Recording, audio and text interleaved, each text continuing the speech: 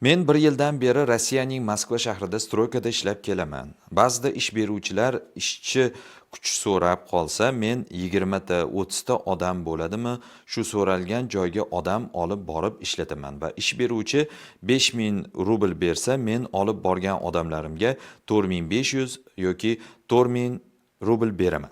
Lekin men olib borgan odamlarimning ishini va qanday ishlashini nazorat qilaman va puliga imkon qadar kafil bo'lib beraman.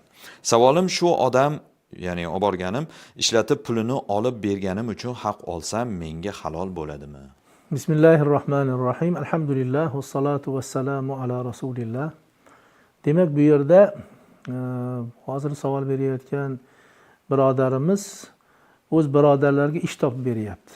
Ya'ni bunga taklif tushyapti, falon ishni qilish kerak deb. Mana shu ishni qiladigan odamlar borki, ularga bu ish topib bergan sifatida olib kelib shu ishga jalb qilyapti va o'rtada bularni olgan haqlariga bu ham sherik bo'lyapti.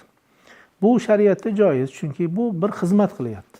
Taklif qilayotgan odamni ham hojatini chiqaryapti va ish qilishga ehtiyoji bo'lib, daromad topish, pul topishga ehtiyoji bo'lgan birodarlarni ham ish bilan ta'minlanyapti va mana shuni evaziga bu mablag' olyapti, foyda olyapti. Faqat shu yerda o'sha ish agar bir martalik ish bo'ladigan bo'lsa ham, davomli ish bo'ladigan bo'lsa ham, bir marta haq olishi to'g'ri bo'ladi. Ya'ni doim men sizlarga ish topib berdim, bundan buyog'i mana shu ish qachongacha davom etsa, har gal olgan o'sha pulinglardan men sizlardan falonchasini chegirib qolaman yoki menga falon so'm berasizlar ish haqinglardan degan talab qo'yishi mumkin emas. Bir martalik ish topib berganligi uchun olishi mumkin bo'ladi. Mana shugina halol bo'ladi. Allohu alam bissavob.